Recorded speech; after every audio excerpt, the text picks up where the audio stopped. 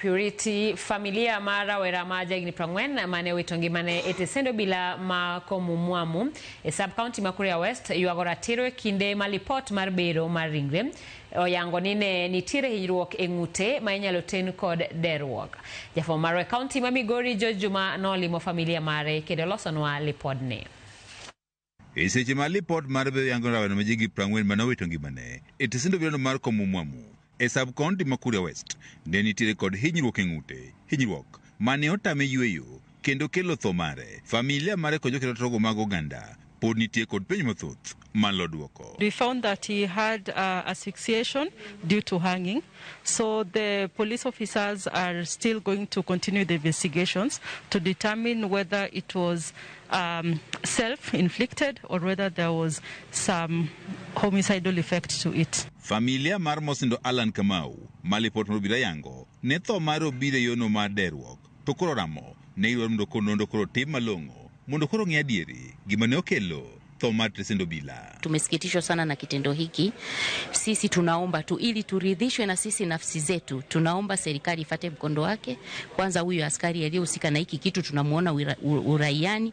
Tunaomba pia awekwe chini ya ulinzi ili kesi ifanywe uchunguzi kwa umakini. Kwa sababu haiwezekani mhusika akawa yuko nje na kesi inafanyika. Hapo kutakuwa hakuna umakini. Tunaiamini serikali yetu, tunaamini uongozi wote wa serikali, tunachoomba ni haki. From the autopsy we have confirmed that the cause of death is asphyxia.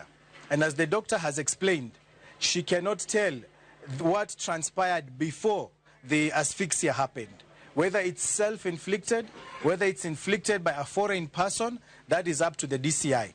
And we're asking the DCI and IPOA to work smoothly, to work swiftly, and ensure they get to the bottom of this matter. And if any individual is involved, any officer is involved, then they should face the full wrath of the law. Familia ni kao tele kod Godfrey kama wacho ni gintie kod chich mathoth kabende gombo margi en tendo obila koro tim nondo malong'o mar ng'iyo gima ne otimore ka wuodgi ni pok od kao tho.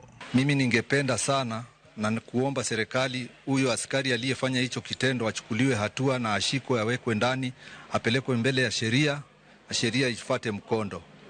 Ningeomba serikali, ningeomba pamoja na DCI, pamoja na IPOA wote wajaribu kutusaidia tupate haki ya huyu mtoto. Wach makamae bende osir kod jokeno togo mag oganda ka oteli kod Hussein Halid ma bende oseo tendo obila kuom ora achiel kuom achich magitudo kod tho mar rawerani mondo ng'i kaka chenro mar bero ne itimo e osiptal ma Migori. The officer who was actually or allegedly demanding bribe from the mother to have the victim released was present during the autopsy, asking questions and to an extent even threatening those that were present.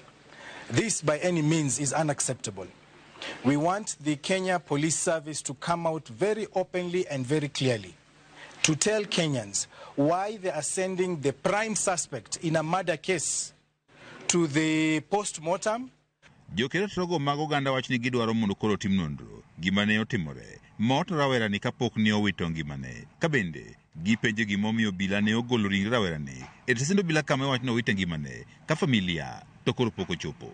Also asking why was the family not allowed to witness or to view the crime scene. The police were very quick in removing the body and transporting it to the mortuary. So there are questions that remain unanswered, and we want the answers to these questions so that we can get to the bottom of this killing. Juma, Ramogi TV, Migori. Rowere mayo 500 opuodhi e od bura Mamvita bang' yudo tiegruok mar lony mag mbui kata Information Communication Technology ICT e bwo sir mar aguch omenda mar od burano mar NGCDF. Ka oloso e nyasi mar sidho jopuonjrego, jaod bura Mamvita Mohamed Sud okoni ma e thuolo ma koro rowerego nyalo chugo thuolo mag tije mopogore to chutho mago ma